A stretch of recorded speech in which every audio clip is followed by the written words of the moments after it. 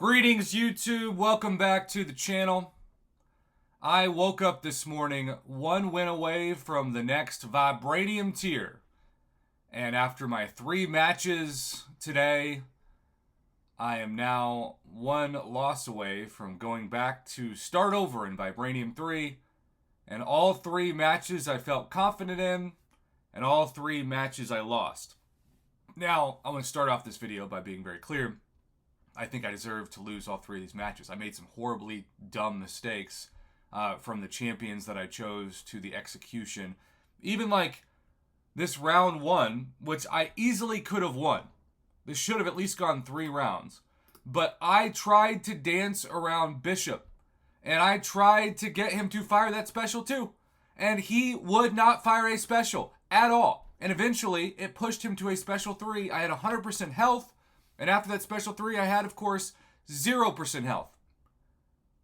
That was awful. And then round 2, he did really well against my Kindred with Titania. And I didn't have a match against his Hulkling and danced around. And 30,000 points was the best I could do. Should have gone 3 rounds. Should have lost the second round, won the first round. That's kind of what happened. I had not lost a match in weeks. And then I lost 3 in a row. This guy... Shout out Pain007. Effectively used Cosmic Ghost Rider. Again, I didn't have a counter for Ebony Coleslaw. I should have picked a better science option. Didn't. And then he did really well. Both Hulkling defenders. You want to talk about this guy had started out. Look at that. Perfect fight against Killmonger. I'm going to get back on a winning streak. But then he beat me by about 1,000. Took his Warlock against my Rentra, and I got thing down to 1% health, and then that 1% stalled another 10-15 seconds, and you just never know if that would have made a difference. And then he had a perfect fight, literally, against my Hulkling, and I thought I had a near perfect fight against his Korg. Didn't matter. So this is the most humbling Battlegrounds week of my life, because I don't think I've lost 3 in a row since I started Battlegrounds, and I have, in some ways, a deck that I am most confident on now after purchases and decisions and rank ups for Cyber Week and beyond.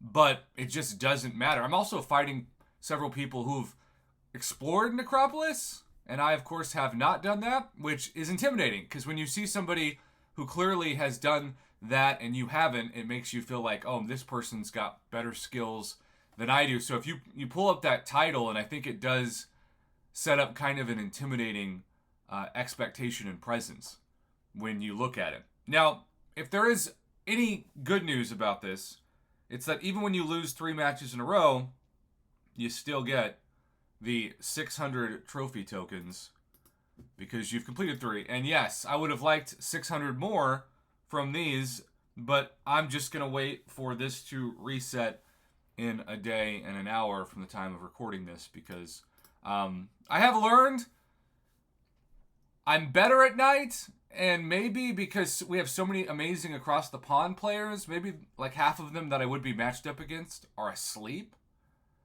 But I just thought, I'll wake up and see what I can do, and I got absolutely annihilated. This is the most humbling Battlegrounds experience, because other than Silk, who I'm looking to someday get, my deck is set. I mean, I will be one of those YouTubers that just is transparent about his deck, internet phrases. I'm really happy with everybody I have, and the lowest rated champ is 20,000 overall. But y'all, people who are beating me, some of them have like ascended 5 stars as their worst champion.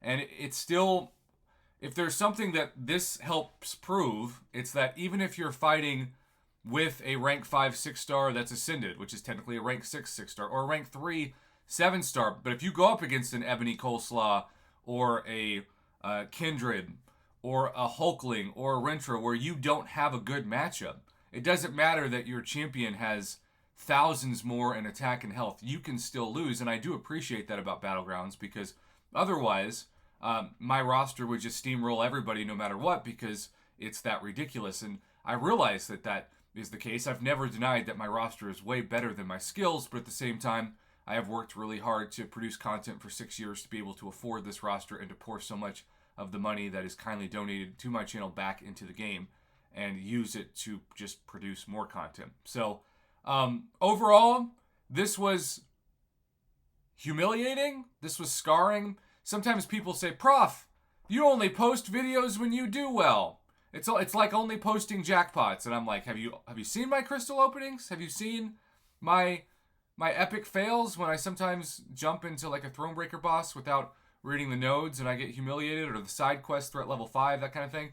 I guess you missed those videos. But this was humbling.